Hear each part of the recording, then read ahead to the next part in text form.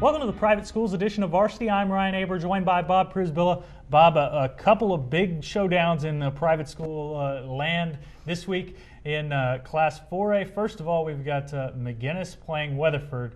McGinnis is a team who tripped up early in the season, but has bounced back to play a whole lot better the last few weeks, going against the undefeated Weatherford team. Well, you could say they've bounced back. They've only scored 102 points in the last two games with two different quarterbacks. So I guess that's bouncing back, but really it's just been about executing. You know, they only had they had 21 points for the first two games, but they've settled down. Richardson got going in the game that you saw against Millwood, and then Camden Tharp against Piedmont got hurt on one of the very first plays of the game.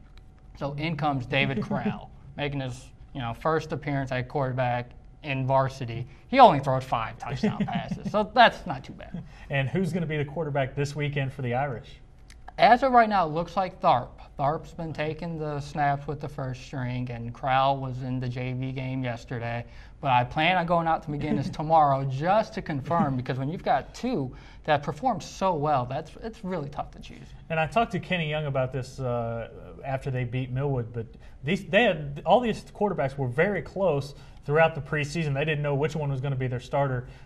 In the end, they go with Quinn Chambord. He gets hurt. They're able to plug Tharp in. Tharp gets hurt. They're able to plug another guy in, and on and on. And it actually makes Young look kind of like a genius in saying that they were so close, because it's turned out that they really were. I talked with Sam Crabtree last night. Like, how tough is it for a receiver to try to give rhythm with all three different quarterbacks?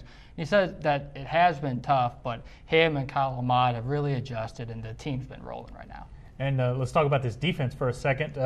They face a really good running back, a tough runner in Weatherford's Kale Sawatsky. That's exactly what Sam said. I was like, give me one word to describe Kale. Tough. Tough. But, with Jay Lester and Jameel Whitney, this is a formidable linebacking core that they're definitely going to be ready Friday night. And then another big game is Heritage Hall at Kingfisher. Heritage Hall is a team that it's been sort of tough to gauge because of how tough their non-district schedule was. They come back with a big win last week. But do we learn a lot about both of these teams this week?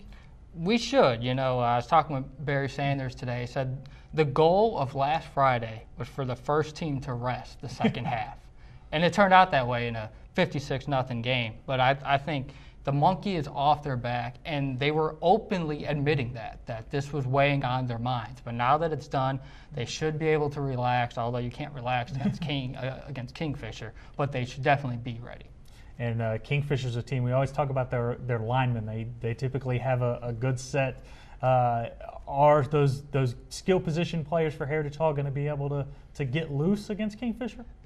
I think that's going to be the story of the game. If Sterling Shepard and Mark Robinson and Barry can get it going, it's going to be a long night for the Yellow Jackets, because the Chargers, even though you have Sterling at quarterback, they are basically a ground and pound game. That's what they want to do, and if they can't get it going, it's going to be interesting to see what Plan B is going to be. Well, it should be a good win in Kingfisher and in Weatherford. Why Bob? Can't one be Thursday and one be Friday? Yeah, I know. How come I got to choose? I wish they could play games 7 days a week so we could spread things around. Unfortunately, it doesn't work that way. Oh, wow. But, Bob, thanks for joining us. Thank you, and check us out every day at newsok.com/varsity for the best high school coverage anywhere.